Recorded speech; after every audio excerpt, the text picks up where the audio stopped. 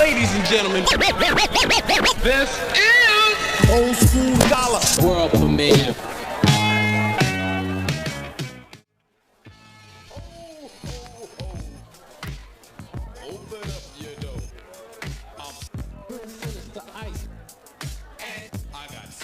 Hip hop sendiri muncul pada tahun 1970 di jalanan wilayah South Bronx. Didukung DJ seperti Cole Hertz, Grandmaster Flash, dan Afrika Bambaataa. Genre yang kala itu langsung menjadi populer di seluruh lingkungan kota New York. Dan karena hal itu pula, New York memang menjadi pusat kegiatan untuk musik rap sepanjang pertengahan tahun 80-an. Bisa dibilang New York menjadi kelahiran dari musik rap itu sendiri. Rumah bagi banyak bintang seperti Randy MC, Doggy Fresh, Rakim, Big Daddy Kane, Bismarcky, dan lain-lain. Pada awal 1990-an, hip hop berfungsi untuk memberikan suara pada masyarakat kulit hitam di ruang publik karena banyaknya kesenjangan sosial dan isu rasisme. Lalu hip hop naik banding dalam komunitas kulit hitam karena sifatnya yang autentik dan lirik yang tajam. Seiring waktu, hip hop dan rap gangsta menjadi alat untuk bersaing label rekaman dan geng terkait. Label ingin membangun reputasi untuk mencapai kesuksesan secara komersial karena melihat keuntungan dari bisnis musik ini yang menjanjikan. Bagi para pecinta musik rap, dua kubu ini tentu sudah tak asing lagi. East Coast dan West Coast menjadi titik yang berpengaruh di skena musik hip hop. Fenomena ini tentu tak bisa lepas dari sejarah masa lalu, tepatnya di era awal 90-an.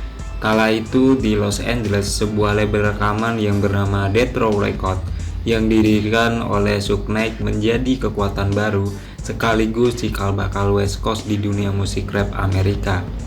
Lewat label ini pula, Dr. Dre merilis albumnya yang berjudul The Chronic di tahun 1992 dan Snoop Doggy Dogg atau lebih dikenal dengan Snoop Dogg dengan albumnya Doggy Style di tahun 1993. Berkat kesuksesan ini pula, Los Angeles mampu menjelma menjadi supremasi musik hip hop menggeser dominasi New York.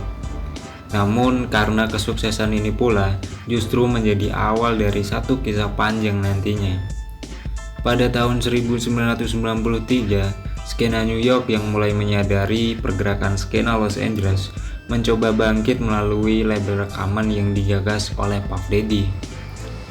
Melalui Bad Boy Records yang dipercaya sebagai cikal bakal East Coast. Tak mau kalah dengan tetangga mereka, Bad Boy Records juga menggandeng rapper yang tak kalah berbakat, yaitu The Notorious Big atau Biggie dan Craig Mack.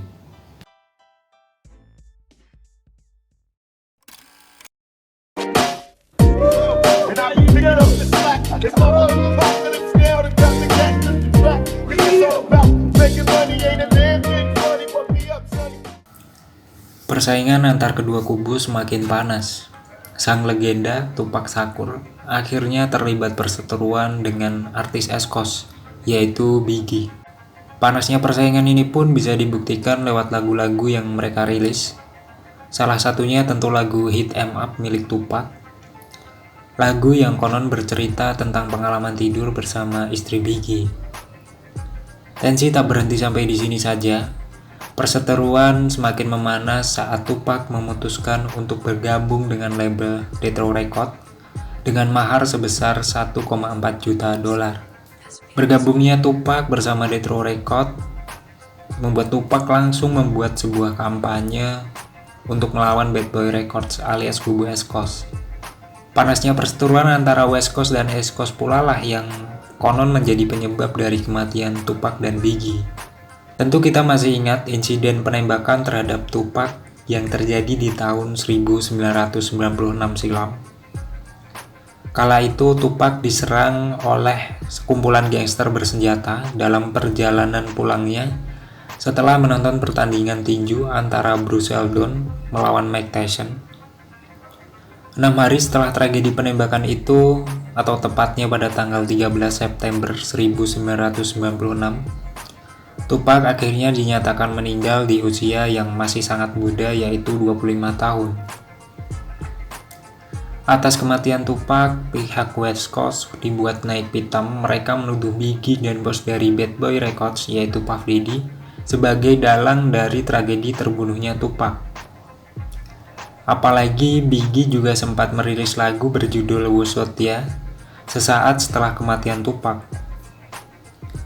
Dendam pun memuncak. Tak sampai setahun dari kematian Tupac, nyawa Biggie akhirnya melayang.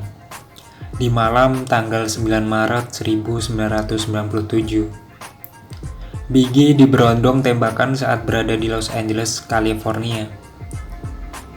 Tentu saja banyak orang yang berpikir bila pihak West Coast lah yang menjadi dalang dari kasus penembakan ini. Isu balas dendam atas kematian Tupac keras terdengar di balik kematian Biggie. Dan pada akhirnya perseteruan ini harus merenggut musisi berbakat di era itu, yaitu Tupac dan Biggie. Hal itu tentu sangat disayangkan melihat mereka merupakan figur yang berpengaruh terhadap perkembangan musik hip hop. Hal itu bisa dirasakan hingga saat ini melalui karya-karyanya. Di era sekarang, fenomena gangster seperti yang terjadi antara West Coast dan East Coast tentu masih belum sepenuhnya hilang. Beberapa nama yang mungkin sudah tak asing lagi di telinga pecinta hip hop yang merupakan bagian dari dua kubu kuat di dalam musik rap ini seperti Big Sean, Snoop Dogg, dan Escape adalah beberapa nama yang berasal dari West Coast.